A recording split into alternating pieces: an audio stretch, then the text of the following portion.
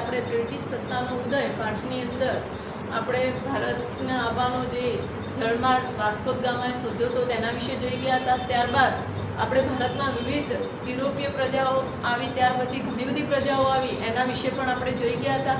ત્યાર પછીનો આપણો ટૉપિક છે પ્લાસીનું યુદ્ધ। તો હવે આપણે આ પાઠની અંદર પ્લાસીના યુદ્ધ વિશે ભણીશું। પ્લાસીનું યુદ્ધ ઈસવીસન 1757માં થયું હતું। આ યુદ્ધ સિરાજુદ્દૌલા અને અંગ્રેજો વચ્ચે થયું હતું। 1757માં થયેલા યુદ્ધ વિશે આપણે વિસ્તૃતમાં અહીંયા જોઈશું। તો ભારતની અંદર પગ પેસારો કરવા માટે સૌપ્રથમ બ્રિટિશ સરકારે પ્લાસીનું યુદ્ધ 1757માં લડ્યું। આ 1757માં જ્યારે પ્લાસીનું યુદ્ધ લડાવ્યું ત્યારે અહીંયા રોબર્ટ ક્લાઇવ નામનો જે અંગ્રેજ હતો, એ અંગ્રેજે રોબર્ટ ક્લાઇવે કાવતરું ઘડ્યું। કારણ કે જે નવાબ હતો સિરાજુદ્દૌલા, એ સિરાજુદ્દૌલા ખૂબ જ આક્રમક હતો અને એની પાસે 18 અક્ષરની સેના હતી। આવી 18 અક્ષરની સેના ધરાવતો રોબર્ટ ક્લાઇવ એટલો બધો પોતે શક્તિશાળી હતો કે એને કોઈ સામે હરાવી શકે તેવું નહોતું। આ સિરાજુદ્દૌલાને હરાવવા માટે રોબર્ટ ક્લાઇવે કાવતરું ઘડ્યું અને રોબર્ટ ક્લાઇવે એના જે સેનાપતિ હતો મિર્ઝાફર, એ મિર્ઝાફરને પોતાના કબજામાં કરી લીધો। એટલે કે એને લાલચ આપી કે હું તને નવાબ બનાવીશ, એવી રીતે ષડયંત્ર લડ્યું। એમાં મિર્ઝાફર અને શેઠ અમીચંદ બંને આ કાવતરાની અંદર સામેલ હતા। આ કાવતરાના અંદર સામેલ મિર્ઝાફર એ પોતે સેનાપતિ હતો યુદ્ધનો અને એણે પોતે અંગ્રેજોને સાથ સહકાર આપ્યો, જેની સિરાજુદ્દૌલાને જરા પણ જાણ નહોતી। એવા આ સિરાજુદ્દૌલા એ પોતે જ્યારે રોબર્ટ ક્લાઇવે પોતે એક જે કોલકાતાના અંદર ફોર્ટ વિલિયમ નામનો કિલ્લો હતો, એ કિલ્લાને આજુબાજુ એણે કિલ્લેબંધી કરાવી દીધી અને એ કિલ્લેબંધીને તોડી પાડવા માટે જ્યારે સિરાજુદ્દૌલાને એની જરા પણ જાણ નથી, ત્યારે સિરાજુદ્દૌલાએ આ કિલ્લેબંધી જે કરાવી હતી રોબર્ટ ક્લાઇવે, એ કિલ્લેબંધીને એણે તોડી નાખી। એટલે રોબર્ટ ક્લાઇવ હવે પોતે વિચાર્યું કે આને હવે હરાવી શકાશે નથી। એટલે રોબર્ટ ક્લાઇવે કાવતરું ઘડી અને એક નાનકડું સૈન્ય તૈયાર કર્યું। ત્યાર પછી એણે એક પલાસા નામનું ગામ હતું, એ ગામની અંદર એણે આ મેદાનમાં યુદ્ધ થયું, પ્લાસીનું યુદ્ધ। આ પ્લાસીનું યુદ્ધમાં રોબર્ટ ક્લાઇવ એટલે કે બ્રિટિશ સરકાર અને સિરાજુદ્દૌલા વચ્ચે લડાયું। પૂર્વ આખી યોજના થઈ ગઈ હતી, આ યોજના અનુસાર આ યુદ્ધ લડાયું। એટલે એમાં રોબર્ટ એટલે બ્રિટિશ સરકાર અને સિરાજુદ્દૌલાને એની જરા પણ ભનક નથી કે એનો સેનાપતિ બ્રિટિશ સરકારની સાથે મળેલો છે। એટલે બ્રિટિશ સરકાર અને સિરાજુદ્દૌલાનું આ યુદ્ધ થતાં એ યુદ્ધ માત્ર અડધા દિવસમાં જ પૂરું થઈ ગયું। પરંતુ આ યુદ્ધ અડધા દિવસમાં પૂરું થઈ શકે એવી શક્યતાઓ ન હતી, કારણ કે સિરાજુદ્દૌલા એટલો બધો શક્તિશાળી હતો, પરંતુ એની આખી સેનાને જે સેનાપતિ હતો એણે બ્રિટિશ સરકારના સાથ સહકાર એમાં સામેલ કરી દીધી હતી। એટલે અહીંયા સિરાજુદ્દૌલાની હાર થઈ અને એની હત્યા કરી નાખવામાં આવી અને બ્રિટિશ શાસન એટલે કે અંગ્રેજોનો અહીંયા વિજય થયો। અંગ્રેજોનો વિજય થતાં 1757માં અંગ્રેજોએ ભારત દેશમાં પગ પેસારો કર્યો અને પોતાનો પગદંડો જમાવ્યો। આવી આ બ્રિટિશ સરકારે ભારતની અંદર પગ પેસારો કરી અને ધીમે ધીમે હવે પોતાની સત્તાનો વિસ્તાર વધારવાનો પ્રયાસ કર્યો। પોતાની સત્તાનો વિસ્તાર વધારવા માટે એમણે મિર્ઝાફરને બંગાળનો નવાબ બનાવ્યો અને મિર્ઝાફરને ગાદી પર બેસાડ્યો। મિર્ઝાફર જ્યારે ગાદી પર બેઠો ત્યારે એની પાસેથી ધીમે ધીમે હવે એ લોકો કોઈના કોઈ બાના હેઠળ એની પાસેથી ધન પડાવવા લાગ્યા હતા અને ધન પડાવી અને પોતાનો વિસ્તાર વધારવાનો પણ પ્રયાસ કરી રહ્યા હતા। આ સંજોગોની અંદર એમને એવું લાગ્યું કે મિર્ઝાફર એ એમની માટે એટલું બધું સફળ નહીં રહે, એટલે એમણે મિર્ઝાફરને સત્તા ઉપરથી હટાવવા માટે એમણે મીર કાસિમને શાસન ઉપર બેસાડ્યો અને ત્યારબાદ મીર કાસિમને નવાબ બનાવ્યો। મીર કાસિમ બંગાળનો નવાબ બન્યો અને મિર્ઝાફરને હટાવી દેવામાં આવ્યો। આ સમયે અંગ્રેજોને 24 પરગણાની જાગીર મળેલી હતી। આવી 24 પરગણાની જાગીર પ્રાપ્ત કરી અને તેમણે પોતાની બ્રિટિશ શાસનનો પાયો નાખ્યો। બ્રિટિશ શાસનનો પાયો નાખી અને તેમણે મીર કાસિમને પણ એમને લાગ્યું કે મિર્ઝાફર કરતાં પણ મીર કાસિમ તો વધુ મહત્વાકાંક્ષી છે, એવી એમને ભનક લાગતા એમણે મીર કાસિમને હટાવી અને ફરીથી મિર્ઝાફરને બેસાડ્યો।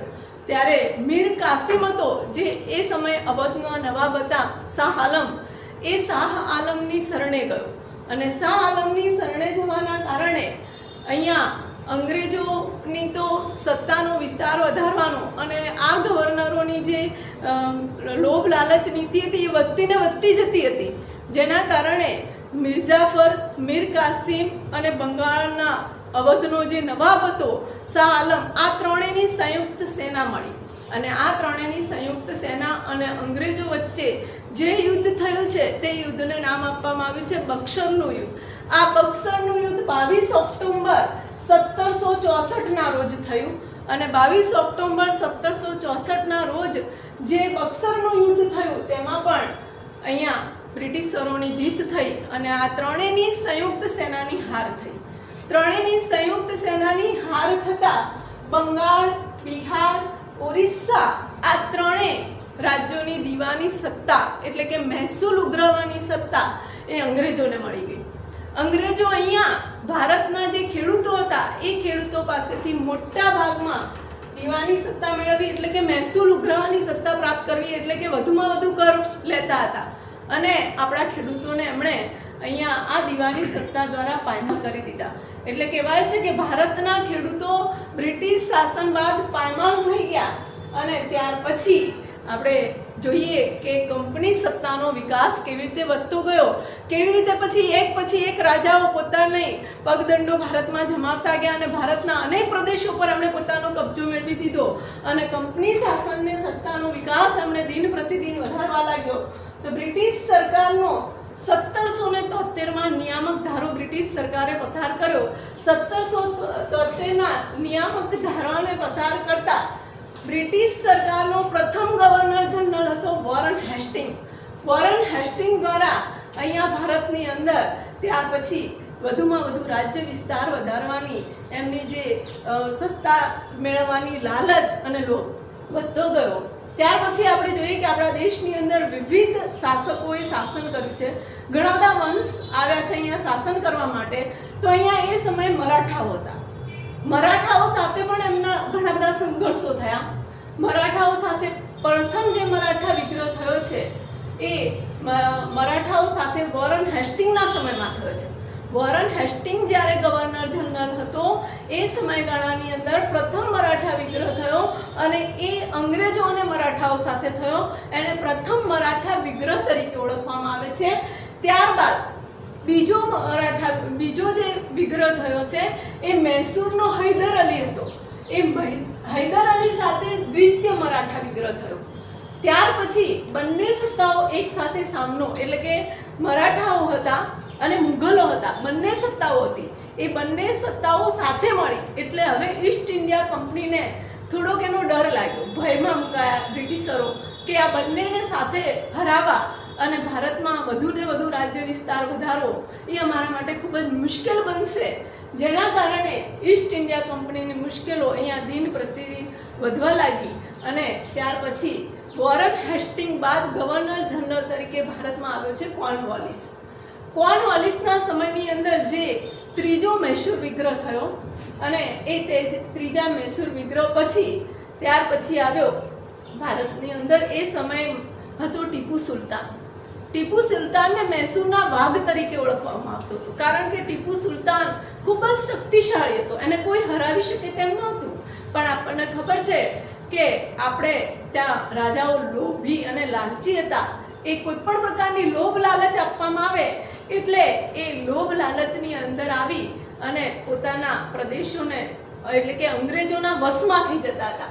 આવા અંગ્રેજોના વશમાં થતા ટીપુ સુલતાનને હરાવવા માટે મરાઠાઓએ નિઝામની મદદ લીધી અને નિઝામની મદદ લેવાના કારણે ટીપુ સુલતાનને એમણે હાર આપી. એને હરાવી તો શક્યા પરંતુ એને હટાવી શક્યા નહીં. કોર્નવોલિસ બાદ અહીંયા ગવર્નર જનરલ તરીકે આવ્યો છે સર જ્હોન સોર. સર જ્હોન સોરે તટસ્થાની નીતિ અપનાવી છે. તટસ્થાની નીતિ બાદ અહીંયા ઈસ્ટ ઇન્ડિયા કંપનીની પ્રતિષ્ઠા એટલે કે હવે અંગ્રેજોની પ્રતિષ્ઠા અહીંયા થોડી ઘટવા લાગી હતી. એટલે કે જે એમનો પોતાનું રાજ્યનો વિસ્તાર વધારવાની અને ભારતમાં વધુમાં વધુ પ્રદેશો પર પોતાનો કબજો મેળવવાની એમની જે લોભ લાલચ હતી અને આ સત્તાને વધુમાં વધુ વધારવાનો એમનો જે મનસૂબો હતો એ મનસૂબોમાં એ સફળ બની શકે તેમ નહોતા. અહીંયા થોડીક પ્રતિષ્ઠા એમની ઘટી ગઈ છે. જ્યારે બીજી બાજુ મરાઠાઓ હતા, એ મરાઠાઓ ખૂબ જ શક્તિશાળી હતા એ સમયગાળાની અંદર. એટલે ત્યાં તટસ્થતાની નીતિ અપનાવવા છતાં પણ સર જ્હોન સ્વોરે એટલો સફળ ન બની શક્યો પોતાનો રાજ્યનો વિસ્તાર વધારવા માટે. એટલે હવે અહીંયા ગવર્નર જનરલ તરીકે આવ્યો છે વેલેસ્લી. વેલેસ્લી આપણને ખબર છે, અગાઉ પણ આપણે 8મા ધોરણમાં પણ વેલેસ્લી વિશે ભણી ગયા છીએ. તો વેલેસ્લીએ પોતે સહાયકારી યોજના અપનાવી છે. આ વેલેસ્લીએ ભારતમાં કંપનીને હવે સર્વોપરી કંપનીને બનાવવા માટેની પૂરેપૂરી જવાબદારી આવી વેલેસ્લી ઉપર. એટલે ભારતમાં કંપનીને સર્વોપરી બનાવવા માટે વેલેસ્લીએ સહાયકારી યોજના અમલમાં મૂકી. આ સહાયકારી યોજના મીઠા ઝેર જેવી હતી. એને મીઠા ઝેર જેવી શા માટે કહી છે? કારણ કે સહાયકારી યોજના એ આપણા રાજાઓને નિર્બળ બનાવી દેતી હતી. આપણા રાજાઓ ભોગવિલાસી બની ગયા હતા. એ પોતે ભોગવિલાસી બની જાય, કાયર બની જાય, કંઈ પણ પ્રકારનું પોતે પોતાનું જે રાજ્યના કારોબાર ન કરી શકે એવું જ અંગ્રેજો ઈચ્છતા હતા. એટલે રાજાઓને નિર્બળ બનાવવા માટે આ સહાયકારી યોજનામાં વેલેસ્લી ખૂબ જ સફળ રહ્યો અને એને ભારતના ઘણા બધા પ્રદેશો ઉપર પોતાનો કબજો જમાવી દીધો. તો આપણે જોઈએ અહીંયા કે વેલેસ્લી કઈ રીતે પોતાની સહાયકારી યોજના જે બનાવી છે એ યોજનાની કેટલીક શરતો એણે મૂકી છે. એ શરતો શું છે? તો આપણે અહીંયા જોઈએ કે સહાયકારી યોજનાની કેટલીક શરતો છે. એમણે શરતોમાં પહેલી શરત એ મૂકી કે કંપની સરકાર તાલીમ પામેલું સૈન્ય યોજના અનુસાર રાજ્યને આપશે. કંપની સરકાર છે એ સરકાર તાલીમ પામેલું લશ્કર તૈયાર કરશે અને એ લશ્કર તૈયાર કરીને રાજ્યને આપશે. જે સહાયકારી યોજનાની અંદર જે રાજા સામેલ થશે એના માટેની આ શરતો હતી.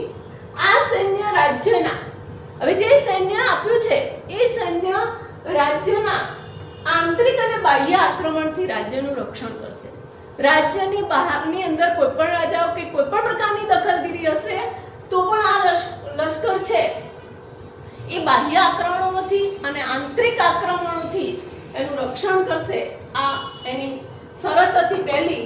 તેના બદલામાં યોજના સ્વીકારનાર રાજાઓ, જે રાજાઓ આ યોજનાને આધીન થયા છે, જે રાજાઓ આ યોજનામાં સામેલ થયા છે એવા રાજાઓને લશ્કરી ખર્ચ અથવા તેટલી આવક ધરાવતો પ્રદેશ અંગ્રેજોને આપવો પડશે. આ બીજી શરત હતી કે લશ્કરી ખર્ચ પણ એમને આપવું પડશે અને એ આવક જેટલી થશે રાજ્યને એ આવકનો હિસ્સો પણ એમણે અંગ્રેજો પાસે જમા કરાવવો પડશે.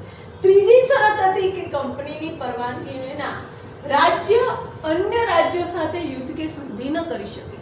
ત્રીજી શરત બ્રિટિશ સરકારે એવી મૂકી કે કોઈ પણ પ્રકારના જે રાજ્યો છે એ રાજ્યોને કોઈ પણ પ્રકારની મુશ્કેલી હોય, બીજા રાજાઓની કોઈ પણ પ્રકારની કનડગત હોય તો એવા રાજાઓ સાથે એને યુદ્ધ કરવું હોય તો પણ એમને બ્રિટિશ સરકારની પરવાનગી મેળવવી પડશે. એની પરવાનગી વગર એ કોઈ પણ પ્રકારનું યુદ્ધ પણ નહીં કરી શકે કે સંધિ પણ કરી શકશે નહીં. આ ત્રીજી શરત હતી.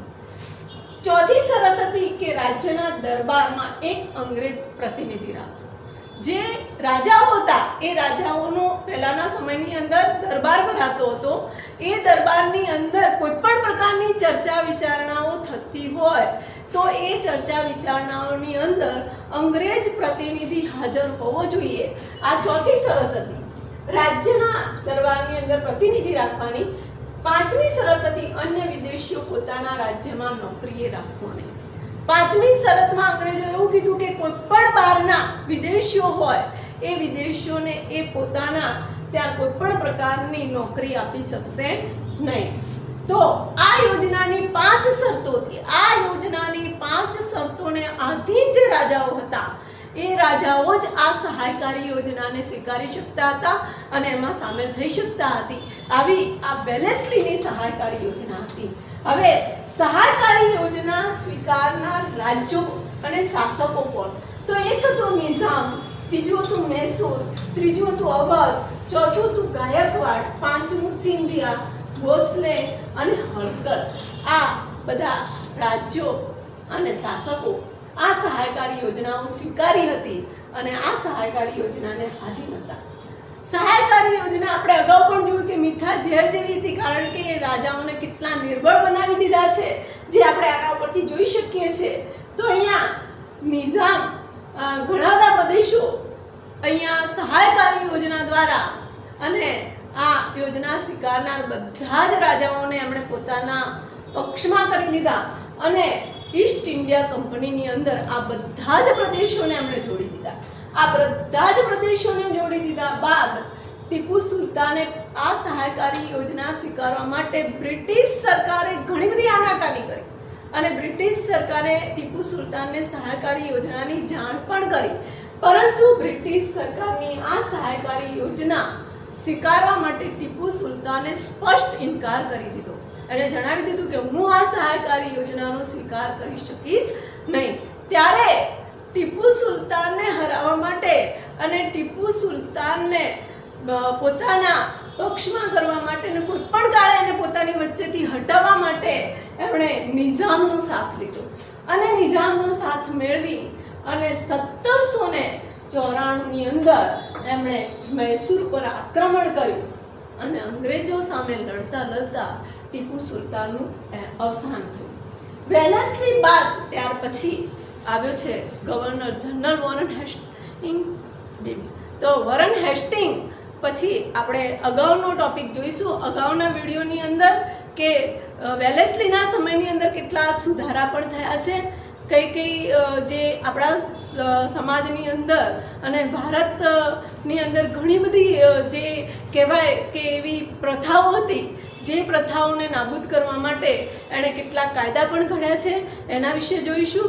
તો વિદ્યાર્થી મિત્રો, તમે આ પાઠની અંદર જે આપણે ટોપિક ચડાવ્યો છે પ્લાસીનું યુદ્ધ, તો એ પ્લાસીના યુદ્ધ વિશે ટૂંકનો તરીકે અને બક્સરના યુદ્ધવાળો ટોપિક એ પણ ટૂંકનો તરીકે તમારે તૈયાર કરવો, જે પરીક્ષામાં પૂછાઈ શકે એવા ટોપિકો છે. તો આપણે અગાઉના વિડીયોની અંદર આગળ જોઈશું. નમસ્કાર.